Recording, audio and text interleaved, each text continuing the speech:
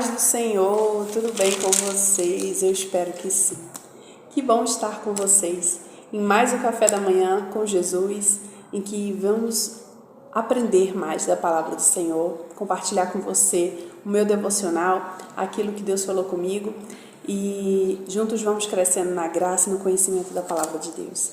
Há uma importância muito grande da gente meditar na Palavra, da gente estudar a Palavra, para a gente entender essa palavra poderosa que está há milênios, passando de gerações em gerações. A palavra de Deus, ela é uma pílula de sabedoria diária para nossas vidas, em que nós aprendemos, ela nos alerta, nos confronta, nos ensina, nos exorta, É uma palavra maravilhosa. Eu quero continuar com você em 1 Samuel, agora no capítulo 18, ainda na história de Davi. Nós aprendemos demais com a vida de Davi, passou por muitos momentos até chegar ao reinado, e eu quero continuar com você, caminhando pelo livro de 1 Samuel, capítulo 18, agora, que fala a respeito da inveja de Saul, O primeiro versículo fala de uma conversa. Os primeiros versículos até os 5 fala de uma conversa de Davi com Jonatas, que era filho do rei Saul, O rei Saul tinha o seu filho Jonatas. Jonatas já era guerreiro de batalha, E ali ele fala com Davi, Faz um acordo de amizade com Davi e para tornar-se melhor amigo de Davi.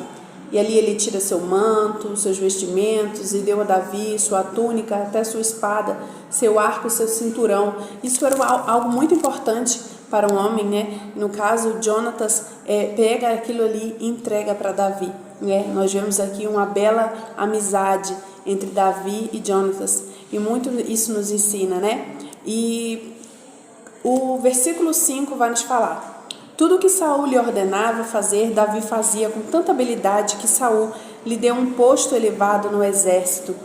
Isso agradou a todo o povo, bem como aos conselheiros de Saul.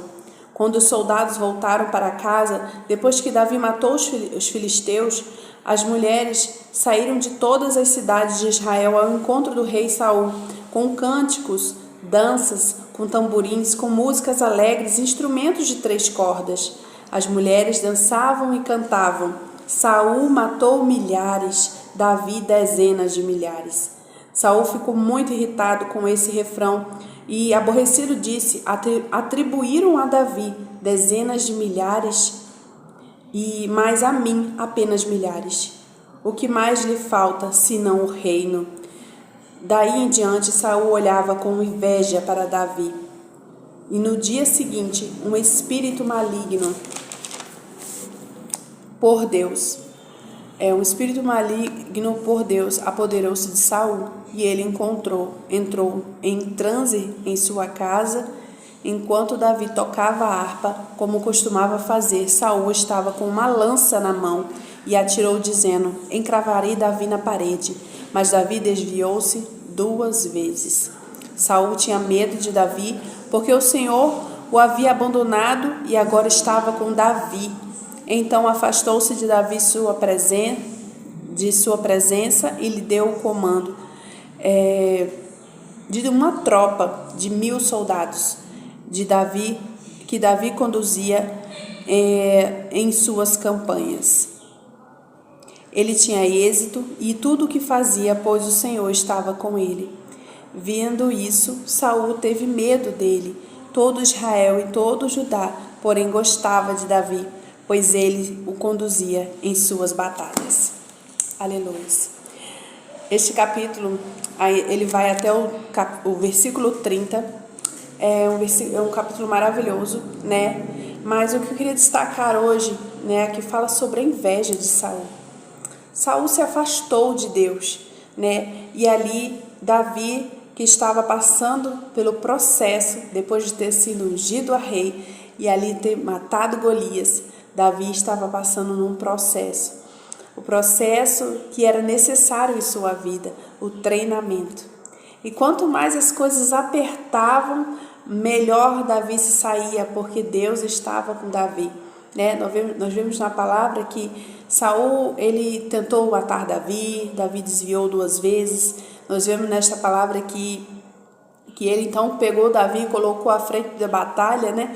Para que Davi fosse morto, né? No campo de batalha, Davi é colocado ali, mas Davi se saía muito bem, e ali ele arma ali uma emboscada para Davi, né? Fala para ele se ele queria ser genro dele, mas Davi fala que é pobre, não pode, não tem dinheiro, como assim ser genro do rei, né? Mas ali Saul estava planejando, né, uma emboscada para a vida de Davi. Ele queria que Davi morresse no campo de batalha, e ele fala que se ele pegasse, se ele trouxesse, né, ele matasse 100 filisteus, né, e deu um prazo ali, ele ia dar sua filha, né? Primeiro ele promete uma filha, Davi diz que não tem capacidade de casar porque é pobre, como assim vai casar com a filha do rei? Depois Saul fica sabendo que sua outra filha, Mical, gosta de Davi, então ele oferece Mical, né? E ali ele fala para Davi que se ele trouxesse os 100 prepúcios dos filisteus, ele matasse esses 100 filisteus e trouxesse ali a prova de que ele matou aqueles 100 filisteus, ele iria dar sua filha em casamento. Davi fica animado, Davi aceita, né, que ali era um negócio que dava certo para ele, né? Davi era pobre, não tinha condições de pagar nenhum dinheiro pela filha dele, nada, então Davi aceita. E Davi lindamente, né, fala que no capítulo 27, no versículo 27, que Davi e seus soldados saíram e mataram 200 filisteus. Davi matou o dobro do que aquilo que o rei Saul havia pedido, né? E ele trouxe os prepúcios e apresentou ao rei para que se tornasse seu genro, né? E então Saul lhe deu em casamento sua filha Mical, né? E quando Saul viu claramente que o Senhor estava com Davi e sua filha Mical o amava, temeu ainda mais e continuou seu inimigo pelo resto da vida. Os comandantes filisteus continuaram saindo para a batalha, e todas as vezes que o faziam, Davi tinha mais habilidade do que os outros oficiais de Saul, e assim tornou-se ainda mais famoso. Davi estava vivendo seu propósito ali, batalhando, passando pelo processo até chegar ao reinado. E ele despertou a inveja de Saul, né? Davi estava fazendo o que foi chamado para fazer e despertou a inveja. O que esta palavra fala conosco? Que isso também acontece em nossas vidas, né? Quando chegarmos ao lugar onde Deus quer que nós venhamos estar, também haverá pessoas com inveja daquilo que Deus tem para a nossa vida, né? Saul foi escolhido, mas Saul foi rejeitado também, porque ele se desviou daquilo que Deus tinha para a vida dele, né? E vemos aqui que Davi estava no propósito que Deus tinha para a vida dele. E quando nós olhamos diante desta palavra, Davi estava seguindo aquilo que Deus tinha para a vida dele, mas Saul não mais era o escolhido do Senhor, né? Além de Saul não fazer mais a vontade do Senhor, ele ainda ficou foi apoderado por um espírito maligno, né? Por uma inveja, né? Um ciúme doentio, né? De Davi, né? Porque ali ele viu que o Deus não estava mais com ele, mas sim com Davi, né? Saul estava possuído de ódio, né? Davi estava no processo para viver seu propósito, por isso os levantes do inferno contra a vida dele, né?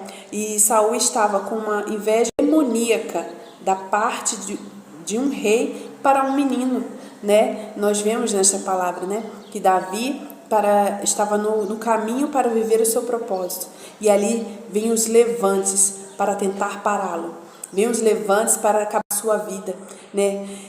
O que me faz entender isso, meu irmão, minha irmã? Quando nós estivermos no caminho do propósito, no caminho daquilo que Deus tem para a nossa vida, as coisas vão apertar mais.